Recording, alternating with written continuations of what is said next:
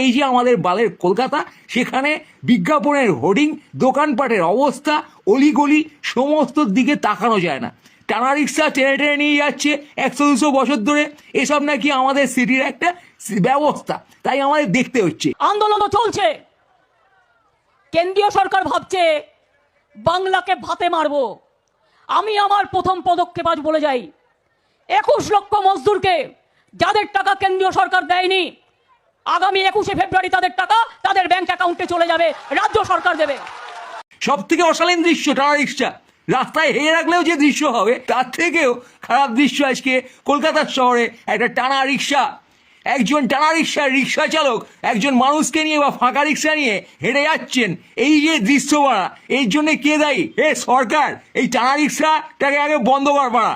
এই টানা রিক্সা চালককে দেখলে কিন্তু আমার কান্না পাচ্ছে, কবে সারা টানা রিক্সার সামনে গিয়ে চেঁচাবো বাড়া।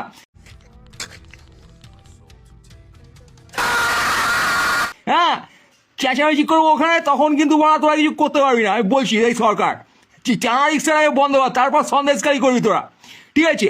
অবশেষে গ্রেফতার সন্দেশখালীর বেহাত বাদশাহ শেখ শাহজাহান। ইডির উপর হামলার 56 দিন পর গ্রেফতার হলেন সন্দেশখালীর বাঘ শেখ শাহজাহান। 5ই জানুয়ারি ইডি অফিসারের উপর হামলার অভিযোগ ওঠে শেখ শাহজাহানের অনুগামীদের বিরুদ্ধে।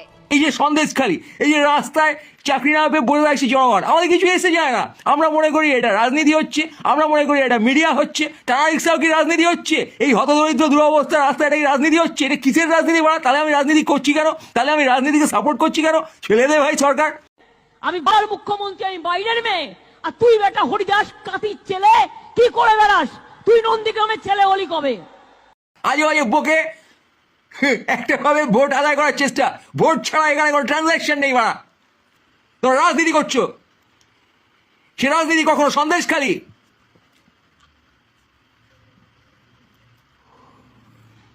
কখনো এডুকেশন স্ক্যাম। দুর্নীতি, কেন্দ্রীয় এজেন্সি, অভিযান, তল্লাশি, নগদ টাকা উদ্ধার, গ্রেফতারি, এইসব শব্দগুলোর সঙ্গে এ রাজ্যের পরিচয় পর্বটা শুরু হয়েছিল শিক্ষক নিয়োগ দুর্নীতিকাণ্ড ও পার্থ চট্টোপাধ্যায়ের গ্রেফতারি দিয়ে। তারপর থেকে দুর্নীতির সমুদ্রে অনেক ঢেউ দেখেছে রাজ্য। কোটি কোটি টাকার স্তূপ যেমন দেখা গেছে, তেমনই পাওয়া গেছে দুর্নীতির অনেক অনেক শাখা প্রশাখা। কখনো সারদা, কখনো নারদা।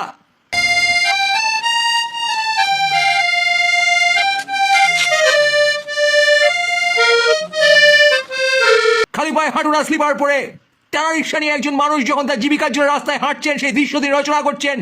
সেই দৃশ্যের মধ্যে আছে সেই দাবি যে আমাকে এই দশা থেকে মুক্ত করো তোমরা যদি মানুষ হও। হাঁটা সে একলাই হোক বা সমবেত হয়ে, নিজেও হাঁটেন, সঙ্গীদেরও হাঁটান। প্রায় বলেন তিনি যখন হাঁটেন তখন তার মাথাও হাঁটে।